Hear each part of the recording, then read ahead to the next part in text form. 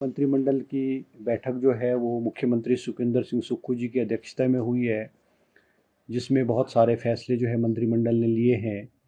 जिनमें से कि सबसे अहम फैसले जो हैं वो, क्योंकि ये कीरतपुर बिलासपुर मनाली जो रोड है ये बनी है और इसको जल्द ही जो खोला जा रहा है, क्योंकि इस पर ट्रैफिक जो है वो बहुत बढ़ गया है, इसलिए सरकार ने ये फैसला किया है कि 3 जो हैं वो हाईवे टूरिस्ट पुलिस स्टेशंस खोले जाएंगे, जिसमें से कि एक है बिलासपुर ज़िले में, एक है नेर चौक मंडी में और एक भुंतर कुल्लू में खोला जाएगा।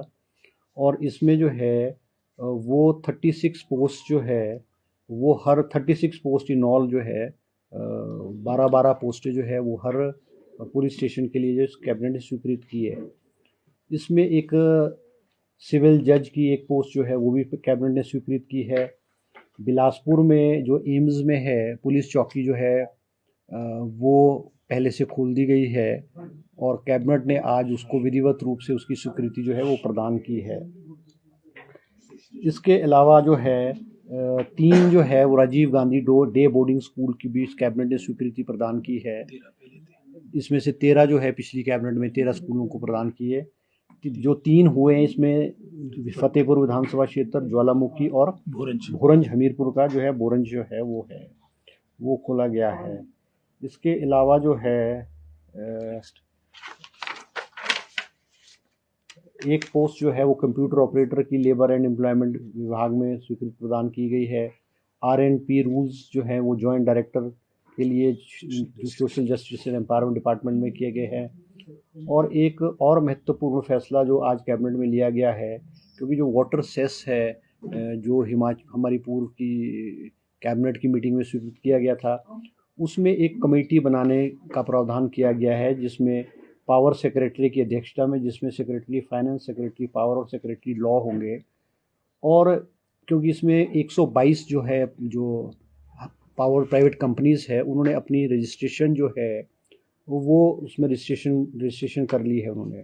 और क्योंकि जो सेस है रिप्रेजेंटेशन प्राइवेट जो है कंपनीज़ वाले हैं जो इन्होंने हाइडल पावर लगाए हैं, उनका बड़ा रिप्रेजेंटेशन मुख्यमंत्री जी को भी आया और वो मिले भी। उन्होंने कहा कि इसको जो पावर जो सेस है वाटर सेस है उसको रैशनलाइज किया जाए। तो मुख्यमंत्री जी ने एक पावर सेक्रेटरी की अध्यक्षता में जो है वो कमेटी का गठित किया है और वो रिपोर्ट जो है विद इन 15 डेज़ वो जो रिपोर्ट जो है उस कैबिनेट को सबमिट करेंगे और कैबिनेट में फिर चर्चा होगी। इसके अलावा जो वाटर सेस के लिए जो स्टाफ है, स्टाफ नहीं था, वो उसके लिए भी स्टाफ के लिए भी स्वीकृति प्रदान की है। कोई मेरे ख्याल 7 पोस्टें हैं, 7 पोस्टें ऑन फिक्स्ड बेसिस जो है वो वाटर सेस का जो बोर्ड कमीशन बनेगा उसके लिए स्वीकृत की गई है। इसके अलावा मुख्यमंत्री जी ने जो बजट में घोषणा की थी, जिसमें सिलाई अध्यापिका है, पंचायत चौकीदार है, उनके 500 रुपये जो है मानदेय जो वैसे वो बढ़ा दिए गए हैं, मगर आज विधिवत रूप से कैबिनेट में उसको स्वीकृति प्रदान की गई है। पंचायती राज संस्थाओं में भी जो हमारे पदाधिकारी हैं, चाहे वो जिला परिषद chairman, vice chairman, member, panchayat समिति, पंचायत प्रधान, BDC मेंबर, इन सब के जो मानदेय जो हैं, जो बजट स्पीच में मुख्यमंत्री जी ने जो घोषणा की थी, उनको आज जो है वो अमली जामा जो है वो पहनाया गया है। इसके अलावा नेशनल हाईवे में जो हमारे मंडी क्रशर के लिए जो है दो कैप्टिव क्रशर जो है वो मंडी ज़िले में गाबर कंस्ट्रक्शन लिमिटेड कंपनी जो है वो काम कर रही है, तो उनके 2 कैप्टिव क्रशर की स्वीकृति भी प्रदान की गई है। और एक 2 पोस्टें इनमें है, ये फॉर्सैनिक लेबॉर्ट्री जो है जुनगा में, यहाँ उप निदेशक की भर्ती पद में जारी किए गए। इसमें वैज्ञानिक अधिकारी जीव विज्ञान एवं सीरम विज्ञान की एक पद को जो है अनुबंध आधार पर स्वीकृत की गई है। और इसी प्रकार से 5 पद और है रसायन एवं विषय विज्ञान डिवीज़न में विभिन्न के 5 पदों को स्वीकृत भरने की स्वीकृति प्रदान की गई है। इसके अलावा हिमाचल प्रदेश में जो बार्स हैं उनको जो टाइमिंग थी खोलने की वो दिन में 12 बजे के से लेकर के रात के 12 बजे तक थी। उसमें अब क्योंकि हिमाचल प्रदेश में बहुत टूरिस्ट आता है और टूरिस्ट की मांग भी थी कि भी जो इसको जो है बार की जो है उसको अवधि बढ़ाई जाए, तो वो रात को 1 बजे तक जो है उसको कर दिया गया है, ताकि कोई पुलिस है या टूरिज्म वाले या और जो है इनको तंग ना करें। इसके अलावा जो 274 जो BRC ऑफिस वर्क कर रहे थे, जिसमें JBT टीचर्स और TGT जो है वो एज BRC वर्क करते थे, इस पॉलिसी को अभी फ़िलहाल जो है वो बंद कर दिया गया है। और इसमें जो है दोबारा से एजुकेशन डिपार्टमेंट को, शिक्षा मंत्री जी को कैबिनेट ने कहा है कि इसमें BRC के लिए वो नई पॉलिसी ला करके कैबिनेट में लाएं, ताकि इस स्कीम को दोबारा से जो है वो उसको स्वीकृति प्रदान की जाए। इसके अलावा जो एम्प्लॉयमेंट एक्सचेंजेस हैं हिमाचल प्रदेश में, इनको पेपरलेस बनाने के लिए आज कैबिनेट में प्रपोजल आया है, जिसमें से एक न्यू सॉफ्टवेयर डेवलप किया गया है।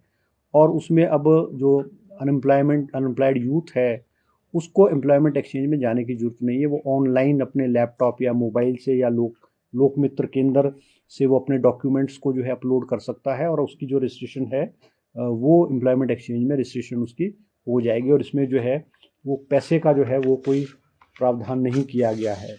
इसके अलावा 69 पोस्ट जो हैं वो वार्डन्स की, हिमाचल प्रदेश की जो विभिन्न जेलें हैं उसमें 69 पोस्टें स्वीकृत की गई है, जिसमें से 58 मेल की और 11 जो है वो फीमेल की गई है। इसके अलावा नालागढ़ में जो है एक जेल बनी हुई है, मगर वो फंक्शनल नहीं हो पा रही थी क्योंकि वहाँ स्टाफ की कमी थी, स्टाफ था ही नहीं। तो आज कैबिनेट ने भी जो है 20 पोस्टें जो है नालागढ़ में जो है उप कारागार है, वहाँ के लिए 20 पोस्टें जो है वो जो है वो स्वीकृत की गई है। इसके अलावा और छोटे मोटे और भी कोई विषय थे। इसके अलावा आज जो है वो कैबिनेट में जो है वो प्रदेश की फाइनेंशियल स्थिति पे भी जो है वो चीफ सेक्रेटरी ने आज प्रदेश की वित्तीय हालत के बारे में कैबिनेट को जानकारी दी है।